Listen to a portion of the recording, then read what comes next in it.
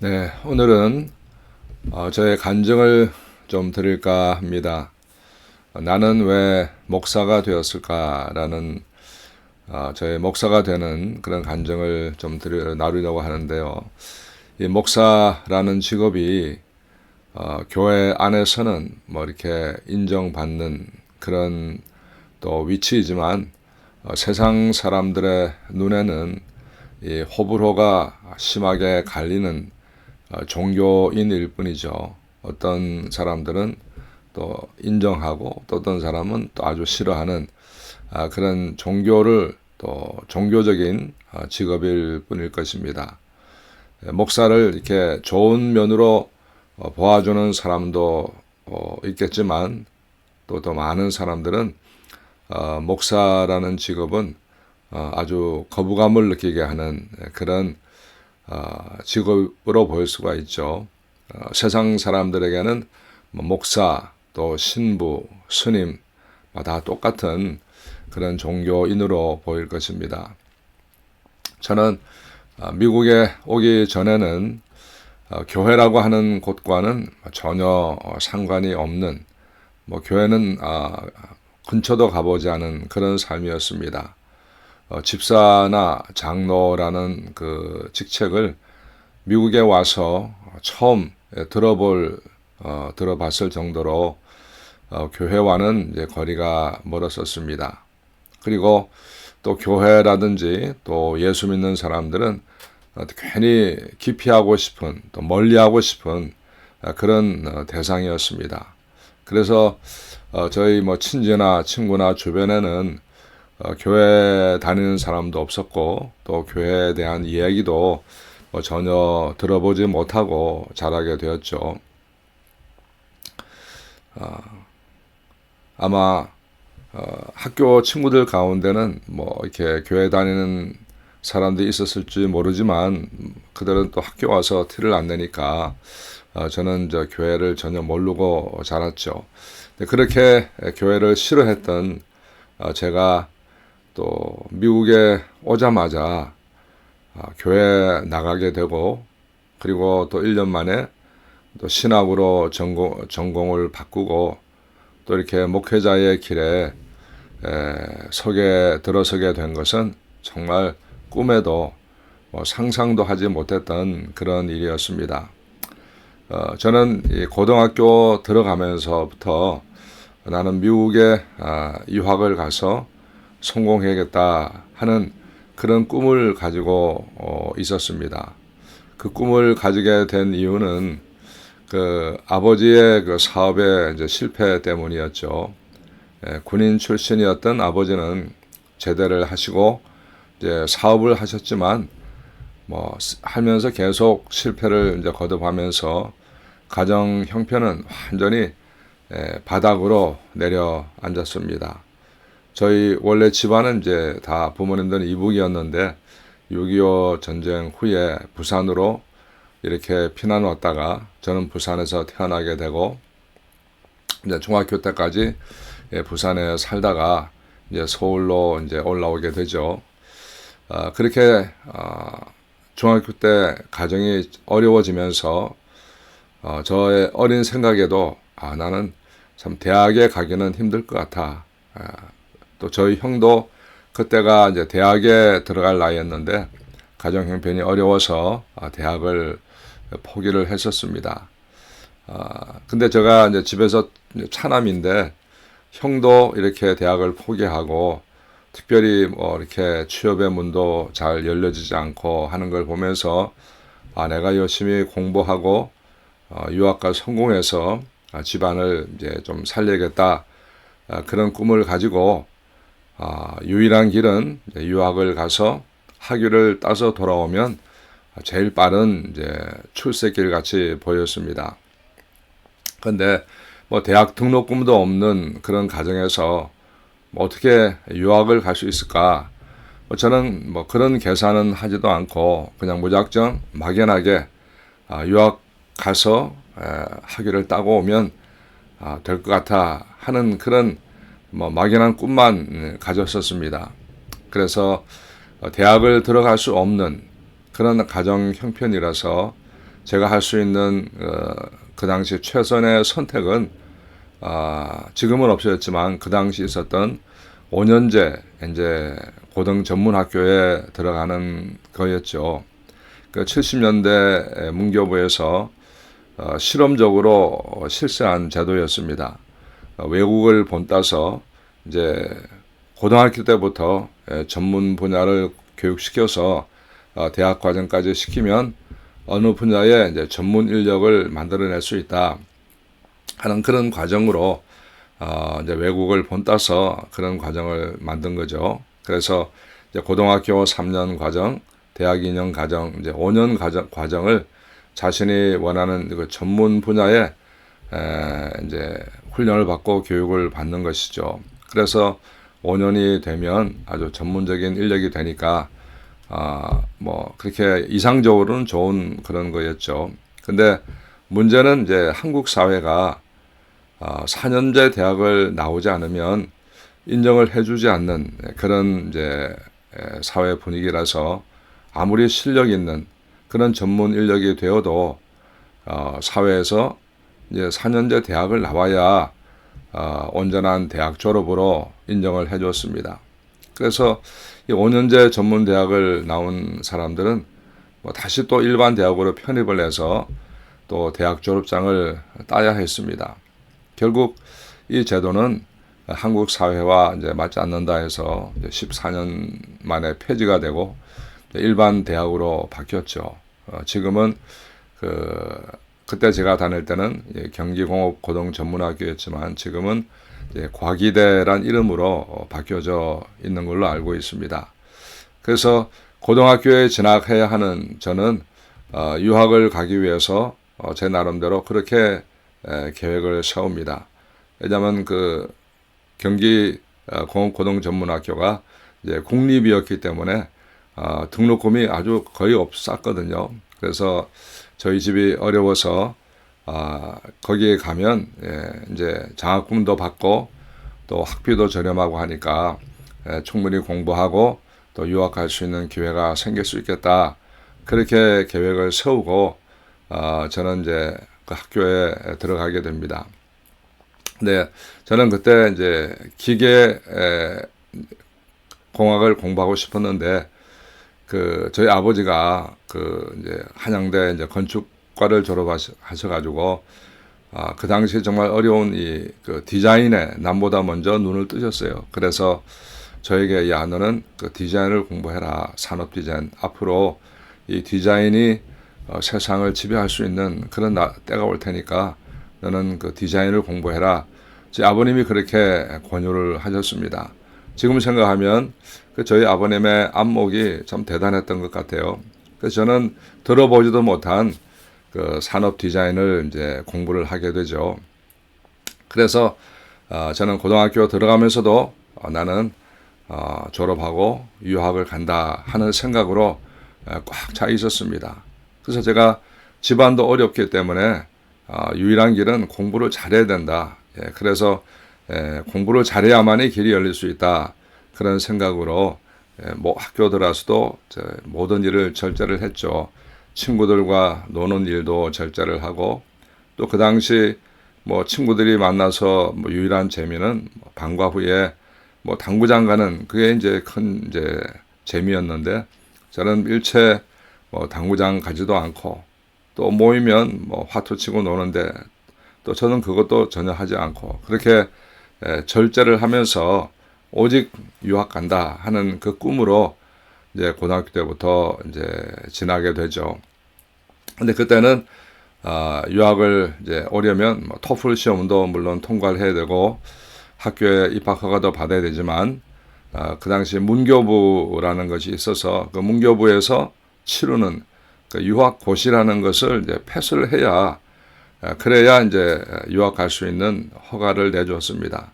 저는 이제 학교를 이제 고등학교를 이제 졸업하고 바로 이제 군대 3년을 제대하고 와서 유학고시를 준비하고 1년 만에 이제 패스를 하고 미국 LA에 있는 오티스 파슨 디자인 칼리지라고 하는 지금은 이제 오티스라고 되어 있죠. 그 디자인 대학에 입학 허가를 받을 수가 있게 되었습니다. 근데 문제는 미국에 갈 비행기 표도 구해야 되고 또 학교 등록금 또 한 학기 생활비 뭐 이런 것이 있어야 되는데 뭐 그게 있을 리가 없죠. 그래서 제 아버지가 그 친구분한테 빚을 내서 그 한 학기 등록금과 비행기 표를 마련해 줬습니다. 그래서 저는 그거 가지고 무작정 이제 유학을 오게 되죠. 한 학기는 그렇게 다니고 그 다음부터는 이제 내가 아르바이트를 하면서 학비와 생활비를 마련한다. 라는 그런 이제 계획으로 오게 된 것입니다. 그렇게 이제 10년 가까이 유학을 준비하고 미국에 왔는데 오자마자 그 첫 주에 교회라는 곳에 가게 된 것이죠. 정말 뭐 지금 생각하면 하나님의 뭐 섭리다, 은혜다라 생각하지만 정말 한 주간 사이로 완전히 뭐 극과 극으로 옮겨온 것이죠. 제가 교회를 나가게 된 것은 저는 그때 미국에 아는 사람도 한 사람도 없고 또 미국에 이렇게 교포 사회가 있다고 하는 그 정보도 전혀 모르고 그냥 또 LA라고 하는 것이 어떤 곳인지도 모르는 뭐 그때만 해도 인터넷이 없으니까 이런 뭐 미국에 대한 정보를 얻기가 쉽지 않았죠. 근데 저랑 같이 유학을 준비하던 학교 후배 그 언니가 UCLA에 이제 유학 와 있었는데 미리 연락을 해줘서 이제 그분이 저를 공항에 이렇게 픽업을 나오게 됐습니다. 근데 그분이 저를 이제 픽업하고 이제 안내를 해주면서 이제 하시는 말씀이 여기에 있는 한국 사람들이 있는데 그 사람들은 이제 교회라고 하는 곳에서 모여서 서로 이제 이민 정보를 나누고 살아간다라는 것이요. 그래서 이제 교회 가면 한국 음식도 먹을 수가 있고 또 한국 사람들도 만나서 교제할 수 있다. 그래서 미국 오면 다 교회를 간다. 그런 이제 말에 내가 혹 넘어가서 제가 평생에 가본 적도 없는 교회라는 곳을 이제 처음 따라 나가게 되는 것이죠. 그래서 어렵게 유학을 와서 이제 막 공부를 이제 시작하기도 전에 교회를 만나게 되고 꿈에도 생각하지 못한 또 하나님을 또 만나게 되면서 신앙을 이제 가지게 되었던 것입니다. 근데 이 신앙이라고 하는 것이 정말 놀라운 힘을 가지고 있습니다. 교회에 나오기 전에는 하나님이란 존재에 대해서 그리고 세상이 어떻게 만들어졌을까 하는 문제에 대해서는 전혀 뭐 생각조차 하지도 않았었죠. 뭐 세상은 학교에서 뭐 배운 대로 진화론 이론처럼 뭐 저절로 우연히 뭐 이렇게 만들어진 것이고 관심 밖의 일이었습니다. 근데 생각해 보면 그 정말 중요한 문제가 아닐 수 없는 거죠. 내가 이 세상에 생명을 가지고 살고 있고 또 이 세상에는 수많은 생명체가 있고 우주에는 수많은 별들이 있는데 이 모든 것이 어떻게 만들어졌을까? 또 어떻게 시작이 되었을까? 정말 그리고 인생이 끝난 다음은 그 다음은 어떻게 될까? 이거 한 번쯤은 궁금증을 가지고 또 질문해 보아야 될 그런 문제인 것이죠. 자신의 부모를 모른다고 하면 나를 낳아주신 부모에 대해서 관심이 없다고 하면 이상한 거죠. 뭐 당연하게 생각을 해봐야 되는 것이 정상일 것입니다. 근데 뭐 저뿐만 아니라 일반적으로 세상에서 사시는 분들은 뭐 그런 것에 대해서 별 관심 없이 그냥 다른 사람들처럼 그냥 그렇게 살아가고 있는 것이죠. 그런데 제가 교회 나가면서 창조라는 말을 듣게 되죠. 교회에서는 늘 하는 말이니까 하나님이 세상을 창조하셨다. 또 예배 때마다 또 이제 사도신경에서 하나님이 창조하셨다는 말을 하니까 그 창조라는 말을 이제 들으면서 저는 그때부터 이 세상이 어떻게 만들어진 거지? 라는 그 질문이 제 마음속에서 생기기를 시작했습니다. 그리고 제가 가만히 생각해 봐도 이 모든 것이 뭐 저절로 우연히 만들어졌다라고 하는 이 진화론의 이론이 이거 정말 엉터리다 하는 생각이 제 마음속에 들었습니다. 차라리 누군가 어떤 절대적인 힘을 가진 신이 만들었다라고 하는 것이 오히려 더 가능성이 있는 거다, 그런 생각을 하게 되면서 내가 그래서 한번 이걸 생각해 봐야겠다. 그래서 제가 이제 진화와 창조라는 그 책을 제가 책방 가서 사가지고 읽으면서 이거 진화론은 이건 엉터리다. 이건 정말 말이 안 되는 거고 차라리 어떤 신이 만들었다라는 것이 맞겠다. 그러면 그 신이 누굴까? 라고 생각하면서 제가 성경을 읽기 시작했고, 그리고 그 하나님에 대한 믿음이 생기기 시작했습니다. 그리고 하나님을 믿는 믿음이 이제 생기기 시작하니까 이 신앙의 눈을 뜨고 바라보기 시작하니까 성경이 열리기 시작하는 거예요. 창세기 1장 1절에 태초에 하나님이 천지를 창조하시니라 하는 이 말씀이 믿어지면서 그 다음부터는 성경의 모든 이야기들이 믿어졌습니다. 참으로 놀라운 일이죠. 어떻게 믿어질 수 있을까? 정말 제가 생각해도 놀라운 일인데 그 성경의 이야기들이 믿어졌죠. 그리고 몇 달 후에 다가오는 그 부활절에 이제 세례를 받게 됩니다. 예수 그리스도가 나의 죄를 위해서 십자가에 돌아가신 하나님이신 것을 고백하고 세례를 받게 된 것이죠. 태어나서 25년 동안은 교회 근처도 가보지 않았던 사람이 그냥 한 주간 지나서 태평양을 건너면서 교회에 오게 되고, 그리고 몇 달 만에 완전히 다른 사람이 되어 버린 것입니다. 그렇게 이제 교회 생활을 시작하고 첫 번째 학교도 끝나고 여름 방학이 됩니다. 이제 석 달 동안 열심히 일을 해서 이제 가을 학기 등록금과 생활비를 이제 마련해야 됐습니다. 그래서 처음으로 직장을 가지게 되는데, 그때 이제 다운타운에 있는 어느 한국분이 운영하는 봉제 공장에서 이제 심부름하는 일을 이제 아르바이트를 하게 되죠. 그래서 열심히 한 달 동안 일을 해서 첫 봉급을 받게 되었습니다. 제가 제 평생에 내 손으로 일을 해서 벌은 첫 번째 봉급이었어요. 근데 제 마음에 그 당시만 해도 하나님을 제대로 알지도 못하고 11조라든가 헌금도 제대로 알지 못하던 때였는데, 제 마음에 이것은 내 평생에 태어나서 처음 일을 해서 받은 봉급이니까 이걸 하나님께 다 드리고 싶다, 그런 마음이 제 마음에 드는 거죠. 근데 문제는 이 돈을 석 달 동안 모아서 이제 다음 학기 등록금, 생활비를 준비해야 되는데 이렇게 헌금으로 다 드리고 나면 안 되는 거였죠. 근데 마음에는 계속 일생에 한 번 있는 기회니까 드리자 하는 그런 마음이 생겨서 그 뒤는 생각하지 않고 그냥 첫 열매로 그냥 다 드렸습니다. 근데 이제 감사하게도 그 다음 학기 등록금도 마련하게 되고, 그 후에도 부족함이 없이 이렇게 학교도 잘 마치고 또 지금까지 살아오게 된 것이죠. 그렇게 이제 교회 나가자마자 정말 적극적으로 열심히 신앙생활을 하면서 지나는데, 하루는 학교에 다녀와서 오후 시간에 숙제를 하고 있는데 제 마음속에 갑자기 질문이 떠올랐습니다.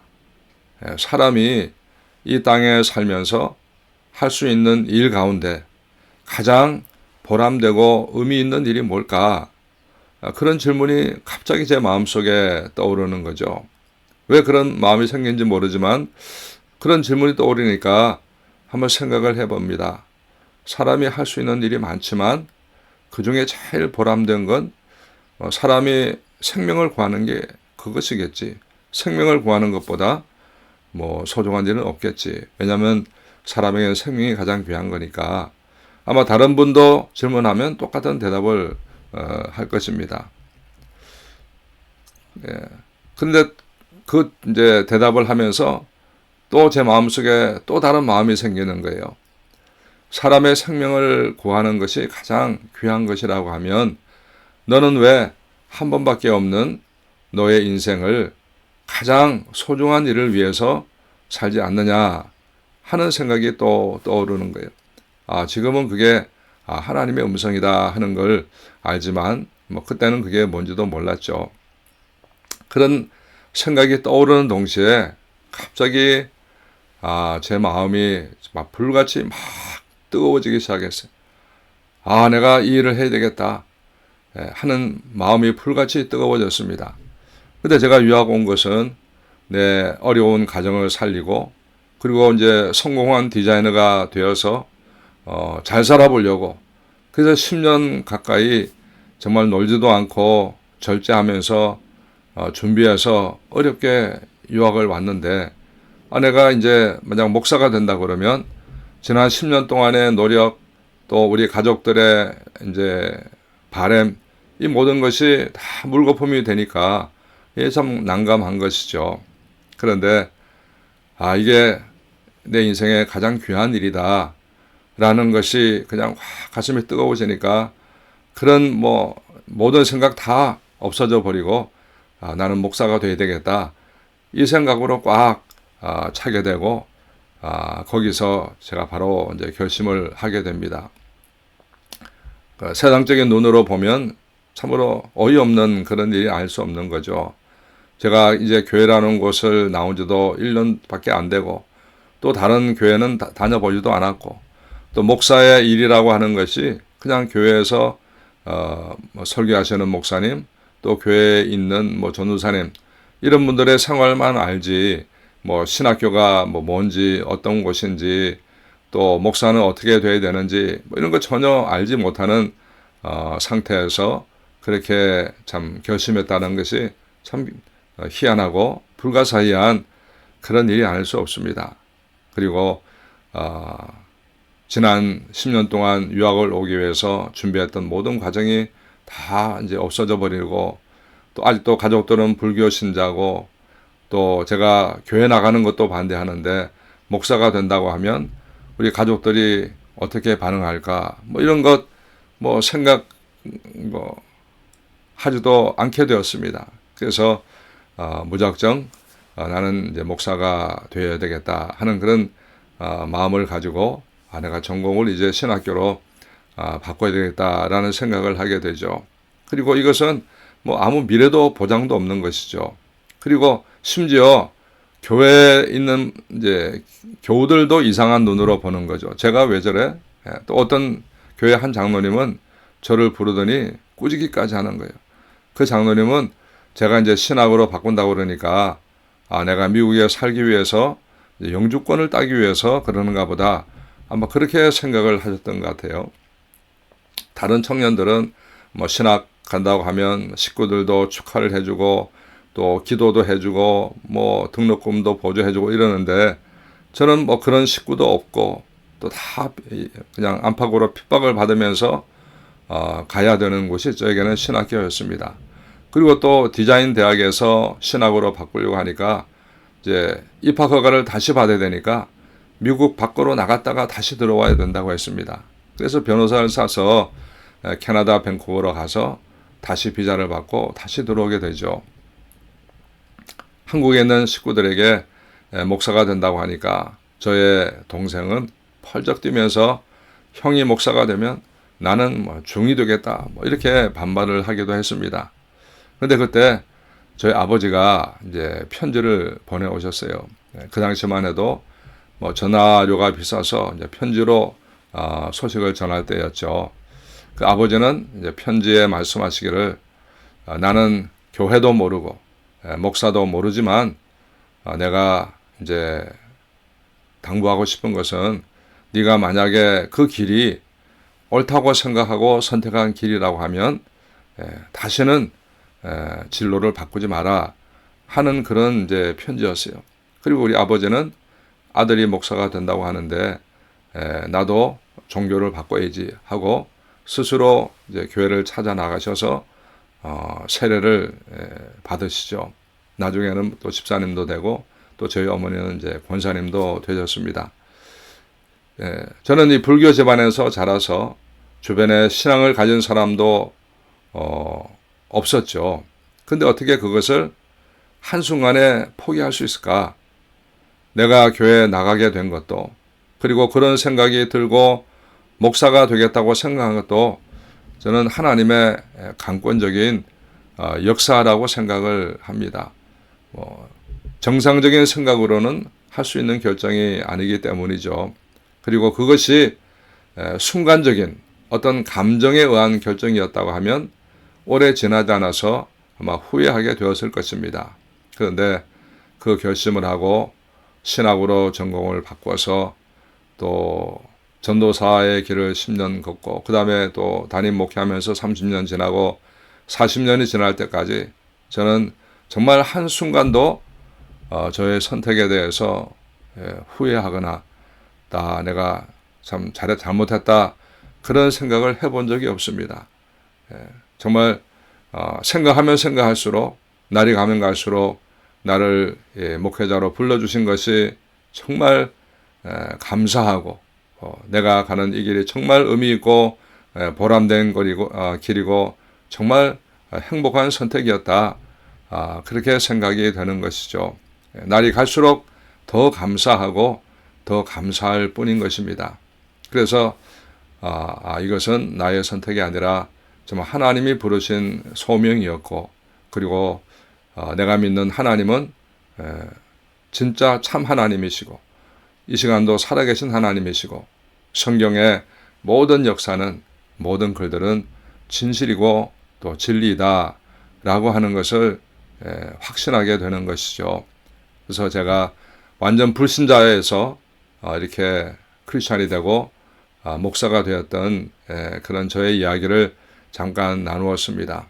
아마 여러분 가운데서도 아직 신앙에 확신이 없거나 하신 분이 계시다면 정말 하나님을 다시 한번 생각해 보시고 말씀을 믿으시고, 이 세상은 저절로 만들어진 것이 아니라 하나님이 창조하시고 만드셨다라는 걸 믿고 그 하나님이 이 땅에 보내신 분이 예수 그리스도시고 그 예수님이 우리의 죄를 대신해서 십자가에서 죽어주시고 이것을 믿는 자에게 구원의 은혜를 주시고 우리는 이 땅을 떠나는 날 소멸되는 것이 아니라 영원한 하나님의 나라 천국에서 영생 복락을 누린다라고 하는 것을 믿으시고 이 땅에서 믿음으로 사시는 또 여러분도 될 수 있기를 바랍니다.